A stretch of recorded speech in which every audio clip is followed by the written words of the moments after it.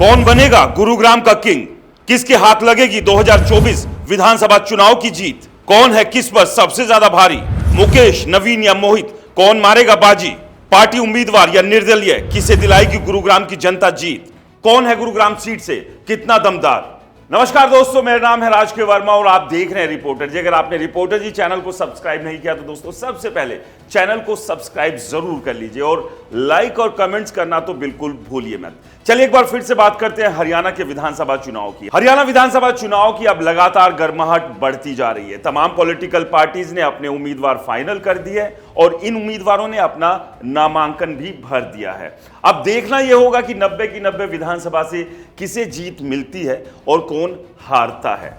सभी के दावे मजबूत है। पार्टियों की बात करें तो कांग्रेस को लगता है कि वो इस बार जीत हासिल करने में कामयाब रहेगी, तो बीजेपी भी कुछ यही दावा कर रही है। और ऐसा नहीं है कि ये दोनों पार्टी, बल्कि इनेलो, जेजेपी, आम आदमी पार्टी और निर्दलीय भी इसी दावे के साथ आगे बढ़ रहे हैं कि जीत तो उनकी झोली में है।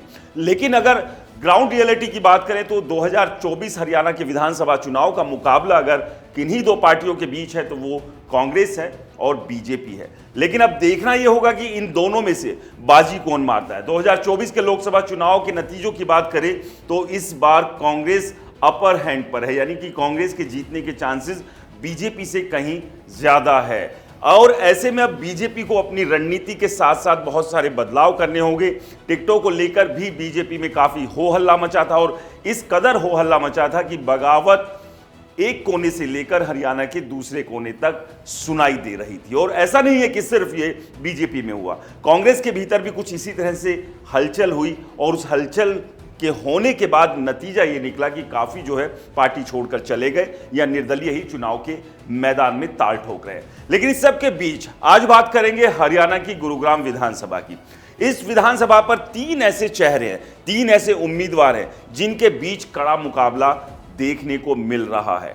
और ये नाम है मोहित ग्रोवर, नवीन गोयल और मुकेश शर्मा।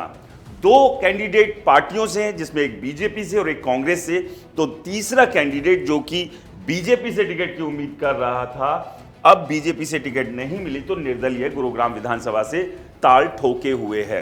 और पूरा अगर गुरुग्राम का सिनेरियो देखें चुनावी, तो ये तीन ही ऐसे उम्मीदवार हैं जिनके बीच टक्कर नजर आ रही है। ऐसा नहीं है कि बाकी जो उम्मीदवार है वो 1 और 11 में नहीं है, वो भी अपनी तरफ से कोशिश कर रहे हैं। और चुनाव है, ना जाने किसकी लॉटरी जनता निकाल दे, किसे जीत देकर विधानसभा भेज दे। लेकिन सबसे बड़ा सवाल आज का वो यही है कि कौन बनेगा गुरुग्राम का किंग? किसके हाथ लगेगी गुरुग्राम विधानसभा की सत्ता की चाबी? एक तरफ मोहित है, एक तरफ नवीन गोयल है और एक तरफ मुकेश शर्मा है। मुकेश शर्मा बीजेपी की टिकट से चुनाव के मैदान में है, नवीन गोयल निर्दलीय है और कांग्रेस की टिकट पर मोहित ग्रोवर है। मोहित ग्रोवर ने 2019 का चुनाव भी लड़ा था। नवीन गोयल का पहला चुनाव है, जबकि मुकेश शर्मा की बात करें तो वो भी चुनाव लड़ चुके हैं। तो चुनाव लड़ने के मामले में नवीन गोयल फ्रेशर है, बाकियों के पास अनुभव है। लेकिन इतना सब होने से ही क्या जीत का दावा सबसे ज्यादा मजबूत हो जाता है? नहीं, क्योंकि ऐसा हमने देखा है कि जो नए नए उम्मीदवार हैं उन्होंने भी जीत हासिल की है। खैर, जीतेगा कौन, हारेगा कौन, ये तो गुरुग्राम की जनता तय करेगी।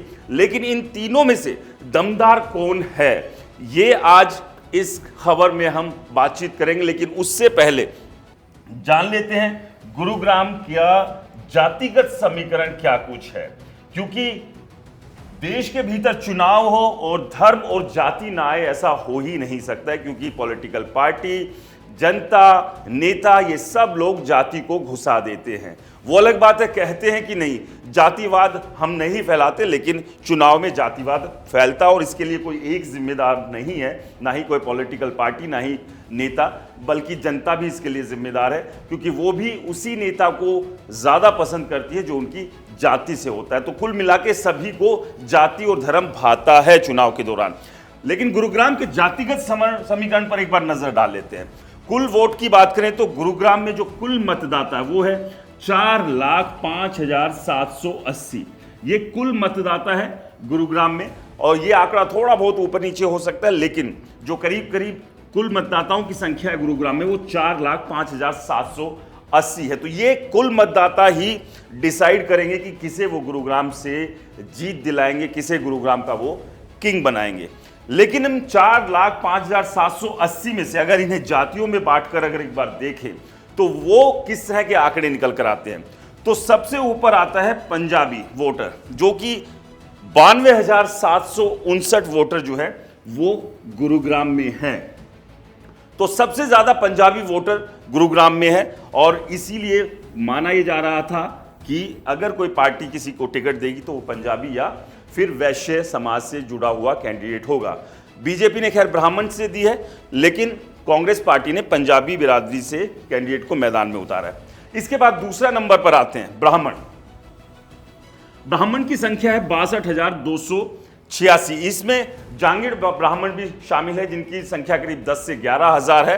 तो दोनों की संख्या को अगर मिला दे तो ब्राह्मण गुरुग्राम सीट पर 62,286 की संख्या में है, यानी कि दूसरे नंबर पर कोई वोटर है तो वो ब्राह्मण बिरादरी से आता है। इसके बाद तीसरे नंबर पर है दलित, जिनकी संख्या है 51,123। ये भी एक अहम निर्णायक वोटर है और दलित वोटर्स को बिल्कुल नहीं भूल सकते हैं और बीजेपी को तो बिल्कुल भूलना ही नहीं चाहिए, क्योंकि बीजेपी से दलित वोटर खासे नाराज है और लोकसभा चुनाव में ये देखने को भी मिला था। और पूरे हरियाणा की बात कर ले तो करीब 20% दलित वोटर है और ऐसे में इन दलित वोटर्स को भी साधना होगा और बीजेपी को, और ऐसा ही कुछ हाल गुरुग्राम का भी है। तो गुरुग्राम में तीसरे नंबर पर दलित वोटर इसमें आते हैं। दलित वोटर्स में भी अलग अलग जो समाज की जो वोटर्स हैं उन तमाम की संख्या को मिलाकर ये संख्या बनती है 51,123। तो तीसरे नंबर पर दलित वोटर है। तो वहीं जाट वोटर्स की बात करें तो ये भी संख्या अच्छी खासी है, 39,004 के करीब जाट वोटर्स गुरुग्राम विधानसभा में है। तो ये दोनों ही वोटर खास तौर से बीजेपी के लिए सीधी सीधी चुनौती और टेंशन है, जिन्हें साधना बीजेपी के लिए बेहद जरूरी होगा। ना केवल बीजेपी बल्कि कांग्रेस और निर्दलीय उम्मीदवार के तौर पर नवीन गोयल है, उन्हें भी। अब आते हैं वैश्य समाज पर।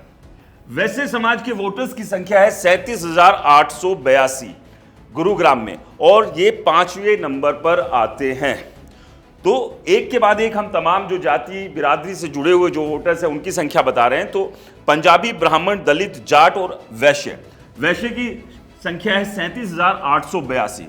उसके बाद नंबर आता है अहीर, यानी कि जो यादव वोटर्स हैं उनकी संख्या भी बहुत ज्यादा डिफरेंस है नहीं वैश्य से, 34,825, यानी करीब 3,000 वोट का अंतर है दोनों ही बिरादरी के वोट के अंदर। इसके अलावा जो अन्य की संख्या है इसमें तमाम जाति के जो वोट है वो आ जाते हैं। इसमें मुस्लिम भी है, गुजर भी है, कुम्हार भी है और बाकी दूसरी जाति के भी वोटर्स इसमें शामिल हैं। इन सब के अलावा ये संख्या पहुंचती है 50,000।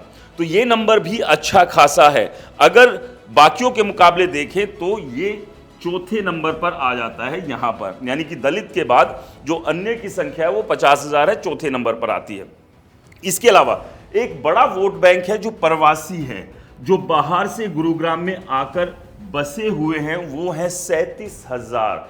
ये अलग अलग राज्य से आकर गुरुग्राम में जो बसे हुए हैं और जो काफी सालों से यहाँ रह रहे हैं और अब गुरुग्राम के ही वोटर भी बन चुके हैं। ये संख्या भी अच्छी खासी है और बड़ी संख्या है। और इन वोटर्स के ऊपर भी चाहे मुकेश शर्मा की बात कर लें, नवीन गोयल की बात कर लें या फिर मोहित ग्रोवर की बात कर लें, उनकी भी नजर होंगी कि इन प्रवासी वोटर्स को भी किस तरह से अपनी तरफ साध लिया जाए।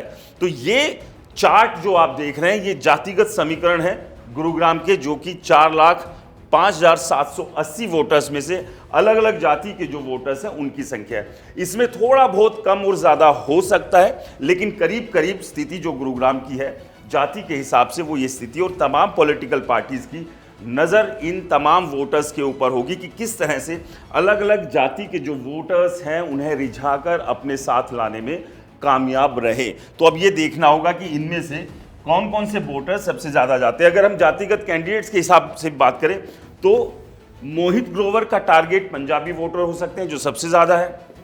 मुकेश शर्मा का टारगेट ब्राह्मण वोटर्स हो सकते हैं जिसकी संख्या दूसरे नंबर पर है, और नवीन गोयल के लिए एक बड़ा टारगेट हो सकता है वैश्य समाज जो कि 37,882 है। लेकिन इसके अलावा बाकी वोटर्स जो हैं अलग अलग जाति के, उनके वोट भी इन तीनों कैंडिडेट्स को चाहिए होंगे। सिर्फ अपनी जाति के वोटर्स के सहारे वो विधायक नहीं बन सकते हैं। अगर एक मुश्त कहीं से भी अगर वोट आता है, क्योंकि अगर 4,05,780 का वोट है तो आप समझिए कि पूरा का पूरा वोट पोल होने वाला है नहीं। करीब करीब हम मान के चले 60% के आसपास ही वोट पोल होगा, यानी कि इसमें से फिर नंबर बहुत ज्यादा घट जाएंगे कि अगर कोई ये मानता है कैंडिडेट कि मुझे 92,759 वोट अगर मिल जाते हैं तो वो जीत पक्की है। क्योंकि अगर पिछले मुकाबले की बात करें तो शायद 82,000 या 88,000 के आसपास वोट आए थे सुधीर सिंगला के। तो अगर मोहित ग्रोवर ये मानते हैं कि पंजाबी वोट ये सारा का सारा उन्हें मिल जाए तो उनकी जीत पक्की है, तो ऐसा नहीं है। करीब 60% ही वोट पोल होगा, यानी कि ये नंबर घट जाएंगे। यानी कि अगर टोटल की बात कर ले तो इसमें से आप समझिए कि 40% वोट घट गया तो करीब 2.5 लाख के आसपास का वोट जो है वो पोल होगा। और वो जो वोट प्रतिशत यहां से जो पूरा घट रहा है वो इन तमाम वोट में से भी कम होता चला जाएगा। तो अगर यहां से भी वो वोट घटता है तो ये संख्या भी बहुत ज्यादा नहीं होगी, 50,000 के आसपास, 50-60 के बीच में होगी। यानी कि वहां से भी, और ऐसा नहीं है कि किसी भी बिरादरी का वोट जो है, जिस बिरादरी से वो कैंडिडेट है उसे पूरा का पूरा शिफ्ट होगा, ये भी संभव नहीं है। उसका 1% दूसरे जो कैंडिडेट्स हैं उनको भी जाएगा। यानी कि किसी भी कैंडिडेट को अगर जीत हासिल करनी है तो उसे सिर्फ अपनी ही बिरादरी से नहीं बल्कि तमाम जो बिरादरी हैं उनके वोट की जरूरत होगी, और इन्हीं वोट के सहारे वो विधानसभा में पहुंच सकते हैं। तो ये जातिगत समीकरण गुरुग्राम का है और इस जातिगत समीकरण के सहारे ही जीत हासिल ये कर सकते हैं। अब बात करते हैं कि कौन बनेगा गुरुग्राम का किंग, किसमें कितना दम है। तो मुकेश शर्मा बीजेपी के उम्मीदवार हैं और काफी लंबे समय से लोगों के बीच है, काम कर रहे हैं, लोगों के सुख दुख का हिस्सा लगातार बने रहते हैं। एक एडवांटेज इनके पास है कि वो बीजेपी की टिकट से चुनाव लड़ रहे हैं, तो ऐसे में जो बीजेपी का कार्डर जो वोट बैंक है, जो बीजेपी के साथ जो वोट बैंक हमेशा रहता है, वो इन्हें मिल सकता है। साथ ही साथ इनका खुद का जो इनकी अपनी फेस वैल्यू के साथ जो वोटर्स चल रहे हैं वो भी इनके साथ आएंगे। खास तौर से बात कर ले 900 मीटर का एरिया जो है वहां भी एक बड़ी संख्या, और इसके अलावा जो अलग अलग पॉकेट है गुरुग्राम के, अलग अलग कॉलोनीज है, वहां से भी मुकेश शर्मा को वोट मिल सकते हैं। ना केवल जो पुराना गुरुग्राम है बल्कि नए गुरुग्राम में भी बीजेपी का अपना वोट बैंक है, वो उसकी उम्मीद भी जो है मुकेश शर्मा को होगी। और इतना ही नहीं, जो उनसे जुड़े हुए अपने निजी वोट है वो भी आ सकते हैं, और उसी के सहारे मुकेश शर्मा जो है इस बार जीत की उम्मीद लगा रहे हैं। अगले नाम की बात कर लेते हैं। अगला नाम है नवीन गोयल। नवीन गोयल निर्दलीय चुनाव के मैदान में है और नवीन गोयल बीजेपी से टिकट मांग रहे थे। पिछले लगातार अगर बात करें तो 5-6 साल से गुरुग्राम में काम कर रहे हैं। स्वास्थ्य, शिक्षा और अलग अलग क्षेत्रों में काम अभी तक इन्होंने किया है और लोगों के बीच एक अच्छी खासी पैठ इन्होंने भी बनाई है। पंजाबी, बनिया और दूसरे जो वोटर्स हैं उनके बीच भी ठीक ठाक पकड़ नवीन गोयल की है। हाँ, एक डिसएडवांटेज जरूर है कि नवीन गोयल के पास अब कोई पार्टी का झंडा और डंडा नहीं है, लेकिन इसका एक प्लस पॉइंट भी यहां पर आ रहा है कि जो सिंपैथी वोट है वो नवीन गोयल को शिफ्ट हो सकती है, क्योंकि भावनात्मक तौर पर जिस तरह से वो लगातार लोगों के बीच मैसेज दे रहे हैं कि वो एक मेरिट कैंडिडेट थे, वो डिजर्व करते थे बीजेपी का टिकट, लेकिन बीजेपी ने उन्हें नहीं दी टिकट। लेकिन उसके बावजूद भी गुरुग्राम की जनता के लिए वो काम करना चाहते हैं। और कॉलोनीज की बात करें, नए गुरुग्राम की बात करें या पुराने गुरुग्राम की बात करें, तो वहां भी नवीन गोयल के पास एक अच्छा खासा वोट बैंक है और इसी के सहारे जीत की उम्मीद नवीन गोयल को भी, और इसीलिए वो भी एक मजबूत दावेदार इस बार जीत के नजर आ रहे हैं। तीसरे उम्मीदवार के तौर पर बात करें मोहित ग्रोवर। मोहित ग्रोवर ने 2019 का चुनाव लड़ा था और गुरुग्राम से 48,638 वोट जो है वो हासिल की थी। दूसरे नंबर पर रहे थे, सुधीर सिंगला से करीब करीब 30,000 वोट से हारे थे, जो कि बीजेपी के कैंडिडेट थे और विधायक थे। अब एक बार फिर से मुकाबले में है। इन्हें उम्मीद यही है कि जो 48,638 वोट उन्हें 2019 में मिली थी, वो वोट बैंक का एक बड़ा हिस्सा अभी भी इनके साथ में, और साथ में कांग्रेस पार्टी के टिकट है। कांग्रेस पार्टी का भी अपना वोट बैंक है। उसी वोट बैंक के सहारे मोहित ग्रोवर भी जीत की उम्मीद लगाए हुए है। तो तमाम ये तीनों जो चेहरे हैं वो इसी उम्मीद में है कि इन्हें जीत जो है वो हासिल होगी। उसके फैक्टर्स यही है, जातिगत समीकरण के साथ साथ जो इन तीनों ने अपने अपने क्षेत्र में जो काम किया है। एक डिसएडवांटेज मोहित ग्रोवर के साथ ये जरूर है कि 2019 का चुनाव लड़ने के बाद करीब करीब 5 साल तक लोगों के बीच नहीं गए हैं और ये मुद्दा लगातार दोनों कैंडिडेट्स भी बना रहे हैं। तो ये एक डिसएडवांटेज जरूर है, उसके पीछे मोहित ग्रोवर का अपना तर्क जरूर है। लेकिन बाकी दोनों कैंडिडेट के मुकाबले अगर मौजूदगी की बात करें लोगों के बीच, तो सबसे ज्यादा मौजूदगी मुकेश शर्मा और नवीन गोयल की रही है। इस मामले में जो मोहित ग्रोवर है वो काफी पिछड़ जाते हैं। लेकिन एक एडवांटेज अब कांग्रेस की टिकट है। अब लेकिन जो कांग्रेस के जो पुराने नेता है जिन्हें टिकट की उम्मीद थी, वो किस तरह से साथ देंगे या भीतरघात करेंगे वो भी देखना होगा। ये दोनों कैंडिडेट के साथ स्थिति बन सकती है। और जो एक एडवांटेज बीजेपी का टिकट मिलकर नवीन गोयल को मिल सकती थी वो फिलहाल अभी नहीं है, लेकिन अपने दम पर नवीन गोयल जो है लगातार लोगों को जोड़ने में जुटे हुए हैं। तो आपको क्या लगता है गुरुग्राम का किंग कौन बनेगा? इन तीनों में से कौन सबसे ज्यादा मजबूत दावेदार है? हमें कमेंट्स कर जरूर बताएं। रिपोर्टर जी चैनल को सब्सक्राइब नहीं किया तो दोस्तों चैनल को सब्सक्राइब करना ना भूलें और लाइक और कमेंट्स तो जरूर करें। नमस्कार।